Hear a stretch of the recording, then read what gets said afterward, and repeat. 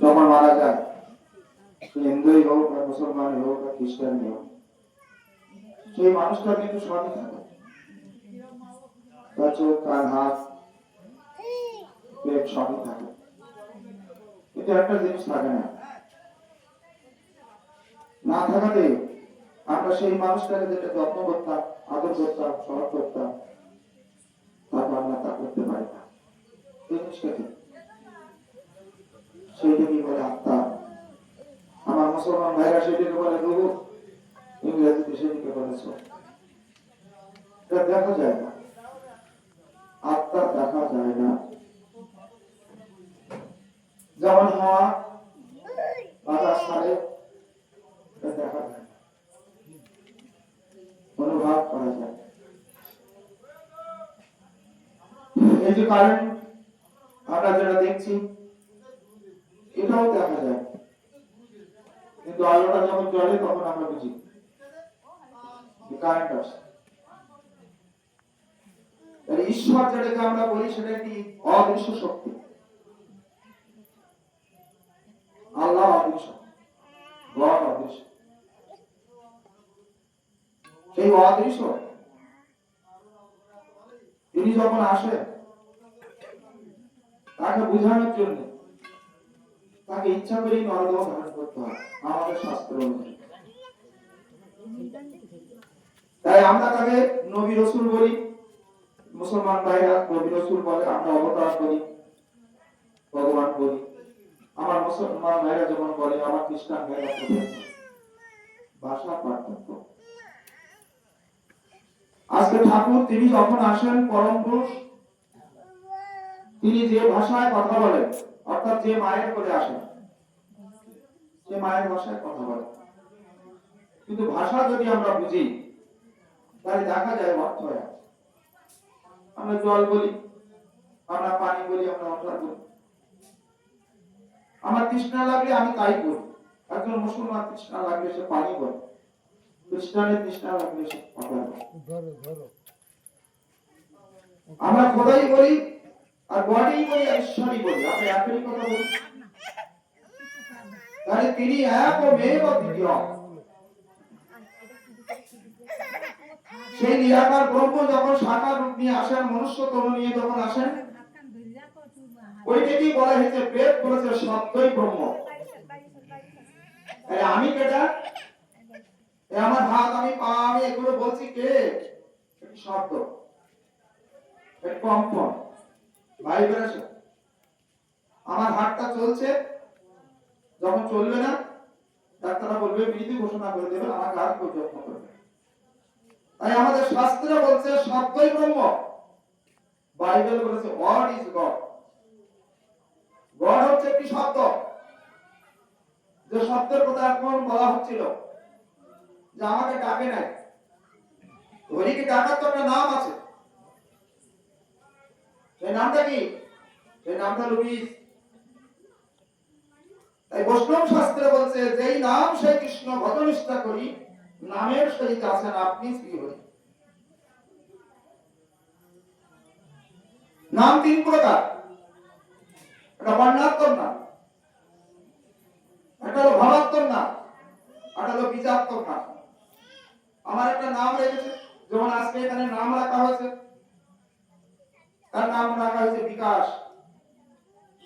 সেই নামে সবাই তাকে চিনবে, এটা বর্ণাত্মক নাম। আর একটা হলো ভাবাত্মক নাম, যে নাম করলে ভাব হয়, ঈশ্বরের প্রতি অনুরাগ আসে, সেটা হচ্ছে ভাবাত্মক নাম। যেমন এখানে ভক্তিমূলক গান করা হলো, কীর্তন করা হলে বলতে পারে, রবীন্দ্রসঙ্গীত হতে পারে, নজরুল সঙ্গীত হতে পারে, যাতে ঈশ্বরের প্রতি অনুরাগ আসে। আরেকটি হলো বীজাত্মক নাম, যে নাম ধরে তাকে ডাকতে হয়, সেটা দীক্ষার মাধ্যমে পাওয়া যায়। আমার মুসলমান ভাইরা তসবিহ করে, আমার বৈষ্ণব ভাইরা মালা দেবে। আমার ঠাকুর এবার বলেছেন, মালাও লাগবে না, আরোপনা লাগবে না, অতপা নাম জপে দাও। এই নামটাও পরিবর্তন হয়। এই জন্য মহাপ্রভু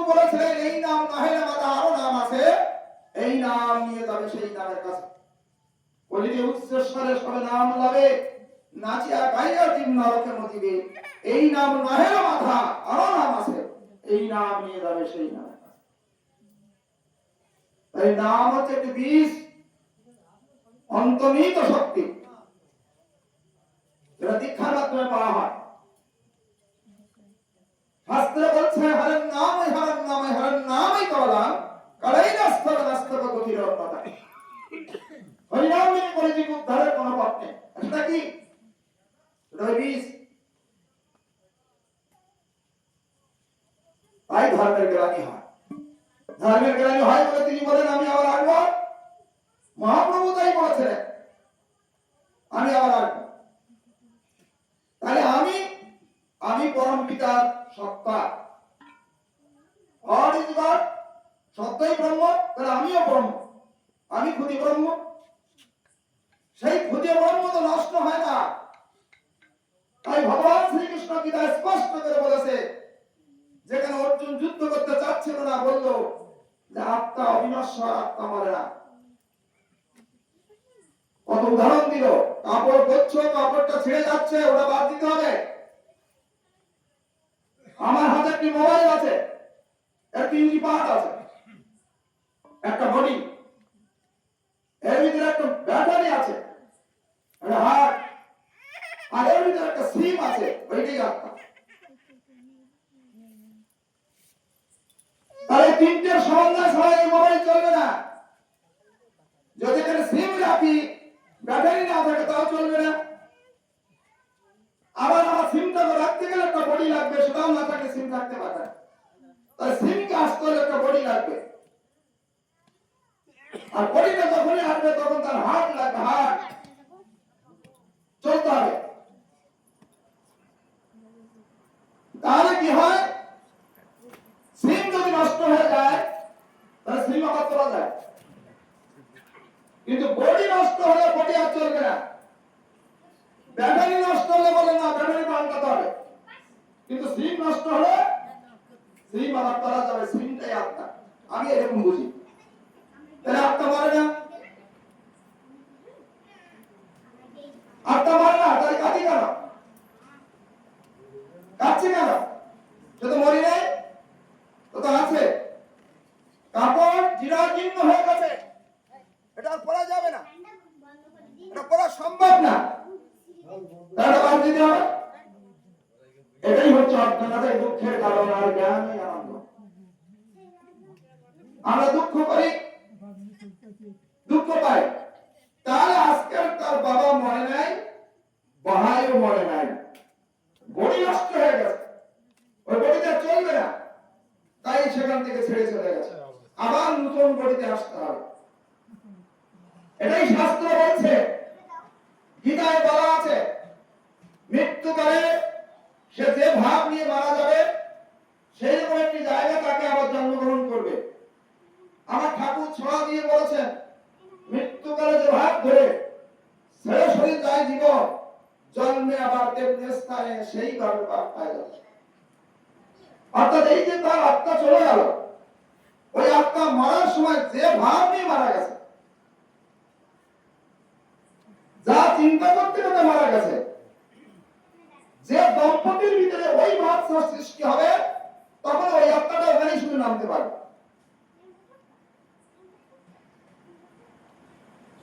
আপনারা জানেন জড় ভরতের কথা,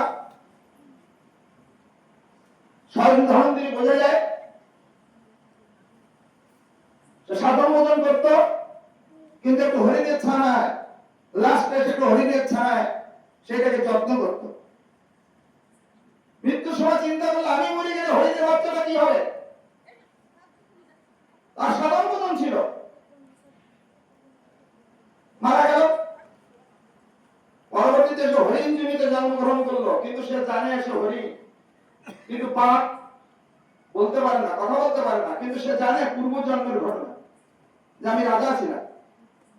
তাহলে কি হলো, মৃত্যুর কালে যে ভাব ধরে ছেড়ে শরীর যায় জীবন, জন্মে আবার তেমনি স্থানে সেইভাবে পাপ পাইল। এই জন্য আমাকে কিছু করতে হবে। আমি আরো সহজে উদাহরণ দিতে পারি। আমার ঘরে ঘরে একটি বিয়ে আছে, এই টিভিতে কি আছে, ওগুলো সিরিয়াল তোলা আছে, ওখানে কেউ তো প্রকাশ্য অভিনয় করছে না, ছবিগুলো তোলা, ফিল্ম শেষ, অভিনয় শেষ, তার মানে শুধু ছবিগুলো তোলা। আমার ফিল্ম তৈরি হচ্ছে, দৈনন্দিন করার একটি ফিল্ম তৈরি হচ্ছে। এই ফিল্ম যেদিন শেষ হবে, মৃত্যুর আগে ফিল্মটা দেখাই দেবে, ফিল্ম শেষ আমার মৃত্যু। সেদিন যদি আমার হরি কথা শোনা না থাকে, সেদিন আমি হরি নাম করতে পারবো না। সেদিন যদি আমার কোনো ভালো চিন্তা করা না থাকে, সেদিন আমি চিন্তা করতে পারবো না। সেদিন যদি পরোপকার করা না থাকে, সেদিন আমি ওই চিন্তা আমার মাথায় আসবে না। যা চিন্তা করবো ওই সেই ফিল্মই তো তাই আসবে। এই জন্য এই সবগুলো করতে হয় সাধু সঙ্গ। সাধু সঙ্গ এই জন্য দরকার। আমাদের পরম পুরুষরা বারবার এই কথাগুলো বলেছেন। বৈষ্ণব শাস্ত্রে বলছে, কৃষ্ণ ইন্দ্র পিতিচ্ছা তারি নাম প্রেম, আর আত্ম ইন্দ্র পিতিচ্ছা তারি নাম কাম। যা করো কৃষ্ণের জন্য করো, ভাবো সব কৃষ্ণের, আমি কৃষ্ণের, আমি তার দাস কাষ্টব। মহাপ্রভু এসে বলেছিলেন, প্রভু প্রভু বলিস তুই, দাস হলিতেই করে, মোটা অঙ্গে ফেটে মরি বিবাহ বই করে। আমি প্রভু বলি, তার দাস হলাম করে।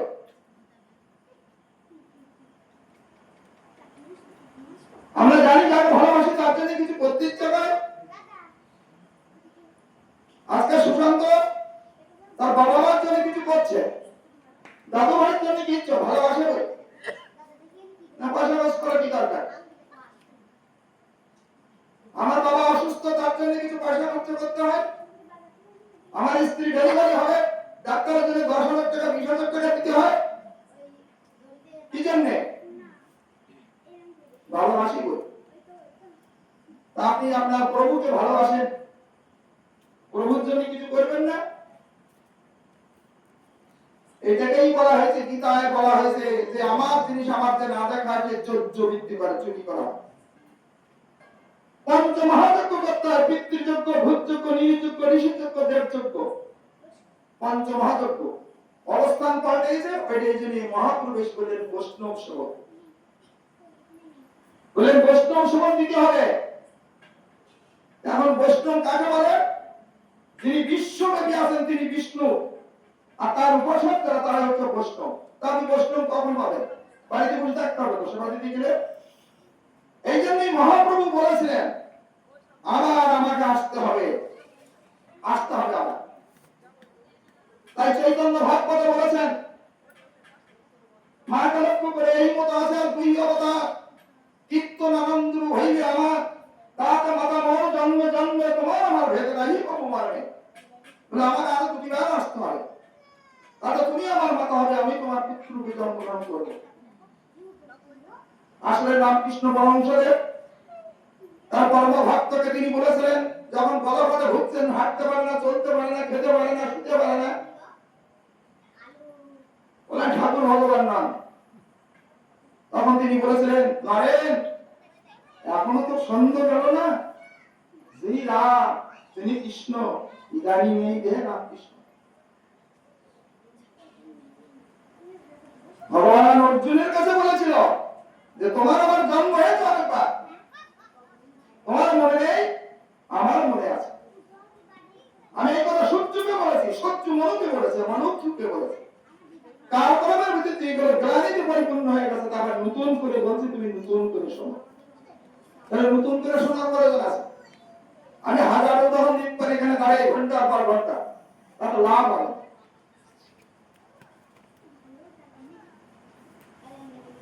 আমরা আগে কাঠ গাড়িতে ভাবতাম, তারপর কাটা আসলো, এখন কি এটা আমরা আগে চিঠি লিখতাম, এখন মোবাইল ব্যবহার করি।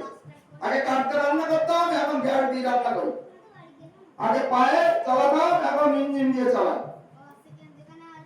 আগে বংশের কাটা বলতাম, এখন সব উঠে গেছে, গাছ ছিল তাও উঠে গেছে, এখন কি মিটার। আগে কাঁচা ঘরে বাস করতাম, এখন পাকা ঘরে বাস করি। আগে প্রদীপের আলো জ্বালাতাম, এখন কারেন্টের আলো জ্বালাই। ওই আমি তো ধরে রাখতে পারিনি, 5 করে 100 দিয়ে 100 আঁকের উত্তর লিখেছি, এখন লিখতে হয় 60 মার্ক, শর্ট, 40 মার্ক, ঠিক ভিন্ন। তাই সব কিছুর ভিন্নতা আসে। আগে বিবাহ ছোট্ট মেয়ে হতো, এখন 18 বছর না হলে বিয়ে দেওয়া যাবে না, এখন আইন। তাই ভগবান যুগে যুগে যখন আসেন তিনি আমাদেরকে নিয়ম বলে দেন, যেটা আমরা ভুলে যাই, ওটাকে যুগ উপযোগী করে দেন। এই যে দশমিত সংস্কার, এই দশমিত সংস্কার আমাদের ছিল, আমরা ভুলে গেছি। তাই শ্রী ঠাকুর বলছেন দশমিত সংস্কার মনে রাখি নিষ্ঠাটা। 10টা সংস্কার কি? প্রথম হচ্ছে গর্ভধারণ, কুঞ্চবন, সীমান্তনা। গর্ভ থাকতে 3টি সংস্কার। তারপর জাতকরণ, জন্মানোর সাথে সাথে জাতকরণ, নামকরণ, অন্নপ্রাশন। শৈশবে 3টে, কৈশোরে চূড়াকরণ, নিষ্করণ, অনুকূলন, আর জৈবন সংস্কার হচ্ছে বিবাহ। আমরা কটা মানি? এই যে আজকে তার নামকরণ করা হলো, এই নামের একটা অর্থ আছে। যখন আমার বর্তমানে নয় নামের ব্যাখ্যা দিচ্ছিল, কৃষ্ণের ব্যাখ্যা দিচ্ছিল, তবে ঠাকুরেরও ব্যাখ্যা আছে নামে। ঠাকুরের মা রেখেছিলেন নাম অতে অকুলে পড়িলে দিনহীন জনে নু নয়সী কহিও কথা কু কুলদিত দ্বারে সেজ প্রাণ করে লতে লক্ষ্য করিও তারা নাসিও গেল। আছে না? আমরা বলি এটা বই নাম কি? এটা হলো সংসার কেন ভাঙে। তাই বুদ্ধি তোর মতো সংসার কেন ভাঙে এরকম কোন ঘটনা আছে ওর মধ্যে? তাই আমার নাম দেখেও বোঝা যাবে যে আমি কি। তাই নামের একটি সংস্কার ছিল ঋষিদের, 10 দিন 100 দিনের মধ্যে নামকরণ করতে।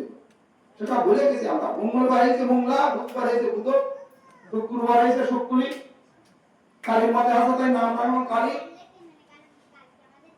এইরকম ঠাকুর ধরে বুঝেছি, উপলব্ধি করেছি।